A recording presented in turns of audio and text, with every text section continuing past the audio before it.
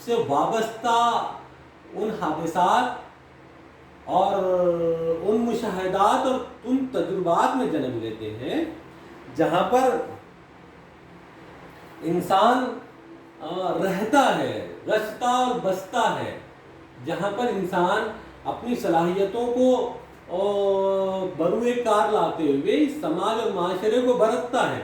ان سارے حالات میں کہانیاں پیدا ہوتی ہیں، قصے پیدا ہوتے ہیں۔ تو اب یہ قصہ اور کہانی کی تعریف کی فنی اعتبار سے کیا ہوگی، ہم اس کو سمجھنے کی کوشش کریں گے پہلے عنوان میں۔ اور اگر ہم آگے بڑھتے ہیں تو ہم کو معلوم ہوتا ہے کہ ہر زمانے میں، ہر دور میں انسان کا تعلق کہانیوں سے رہا ہے، اور آج بھی بھلے ہی آج اتنی ترقی اور سوشل میڈیا کا دور آ جائے، لیکن انسان سوشل میڈیا کے ساتھ بھی کہانیوں ہی سے جڑا ہے۔ فلم کہانی ہے، ریلز کہانی ہے، یہ ایک چھوٹی چھوٹی شارٹ کہانیوں کو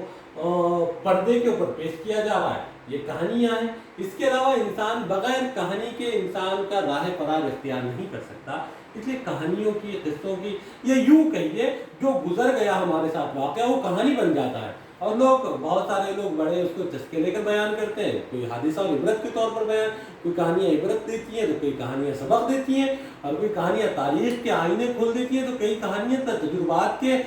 دروازے کھول دیتی ہیں۔ جیسے کہ سندباد جہازی کی کہانی، اس کے اپنے سفر نامے تھے، اس سفر ناموں سے، ہر سفر نامے سے کوئی نہ سبق حاصل ہوتا ہے۔ اور یوں کہیے کہ ہم کو جو بچپنے میں تربیت کے لیے کہانیاں سنائی گئی ہیں، یہ کسی نہ کسی سبق آموز موضوع کے تحت ہی سنائی گئی، کسی نہ کسی موضوع کے تحت سبق حاصل ہوتے رہے ہیں۔ اس لیے قصہ اور کہانی کی تعریف مفہوم کو مستقل ہم گفتگو کریں گے۔ دوسرا عنوان ہے قصہ اور کہانی اجزائے ترکیبی۔ اب قصے اور کہانی کے اجزائے ترکیبی کیا ہے؟ ایک کہانی لکھنے کے لیے، ایک کہانی خوانی کے لیے کیا ضروری ہوتا ہے، اور کہانی کو تحریری طور پہ صفحہ کرتاز کے حوالے کرنے، کاغذ پہ لانے کے لیے، یا اپنی تخلیقی صلاحیتوں کو بروز کر کے لانے کے لیے کون کون سے عناصر ضروری ہیں جس سے ایک کہانی پیش کی جائے یا کہانی لکھی جائے۔ ہم دونوں عنوانات کے تحت قصیدے، جیسے داستان گوئی کا ایک فن ہے اور داستان کی تحریر کا ایک فن ہے، ان دو، جیسے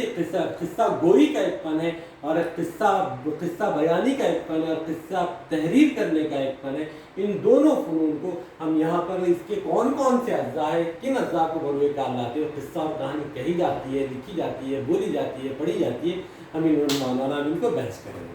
اگلا ٹاپک ہے تحریر کا مواد حاصل کرنے کے ذرائع۔ اب دیکھیے پہلے دو ٹاپک میں تو قصہ کسے کہتے ہیں، کہانی کسے کہتے ہیں، اس کی تعریف کیا ہے، اس کا مفہوم کیا ہے، اس طرف گفتگو ہوگی، یقیناً ان عناوین کے اوپر گفتگو ہوگی۔ قصہ کیا ہوتا ہے اور کہانی کیا ہوتی ہے۔ دوسرے میں قصہ اور کہانی کے کون کون سے اجزاء ہیں جس کے زیر اثر ہم کہانی، قصہ گوئی یا قصہ نویسی کے برس سکتے ہیں، یہ ہے۔ اب اس کے بعد قصے اور کہانیاں حاصل کہاں سے کی جا سکتی ہے، اس کا تحریری مواد یا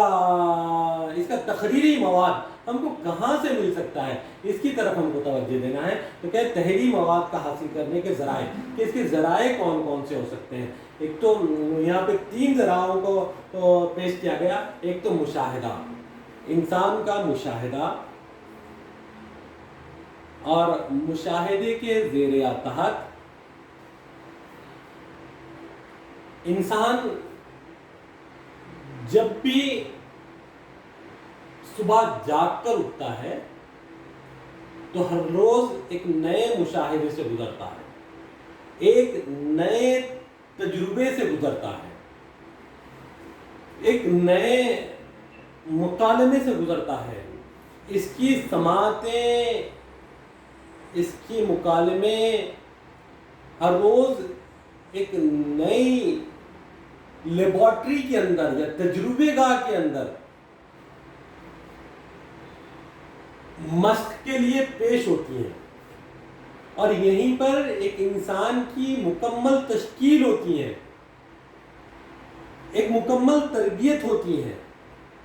انسان کی ذہنی، فکری، اخلاقی، مذہبی، سماجی، ملی، ملکی، ان تمام پہلوؤں کی تربیت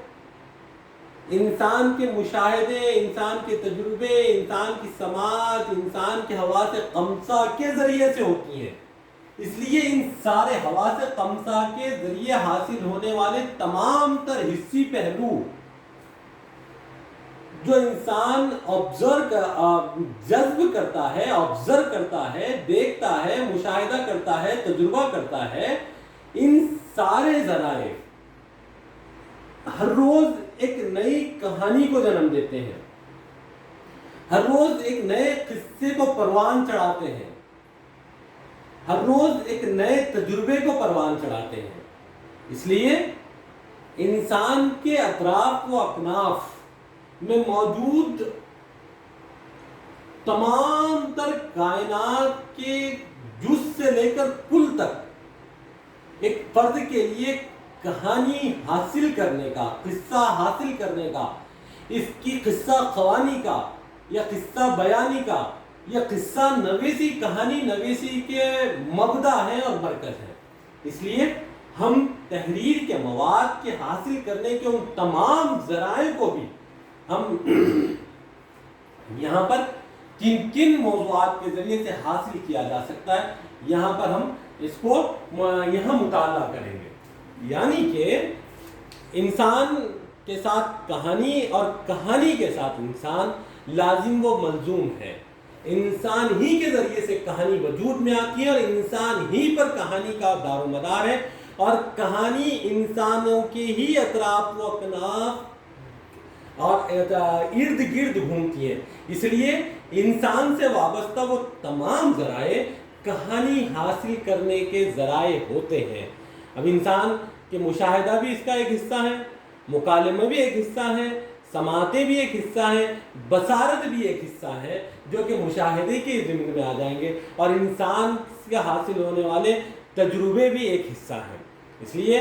قصے کی تعریف، قصے کے اجزائے ترکیبی، کہانی کی تعریف، کہانی کے اجزائے ترکیبی، اور کہانی اور قصے کی تحریری شکلی صورتیں حاصل کرنے کے جو طریقے ہیں، اس کے اوپر بھی ہم یہاں گفتگو کریں گے۔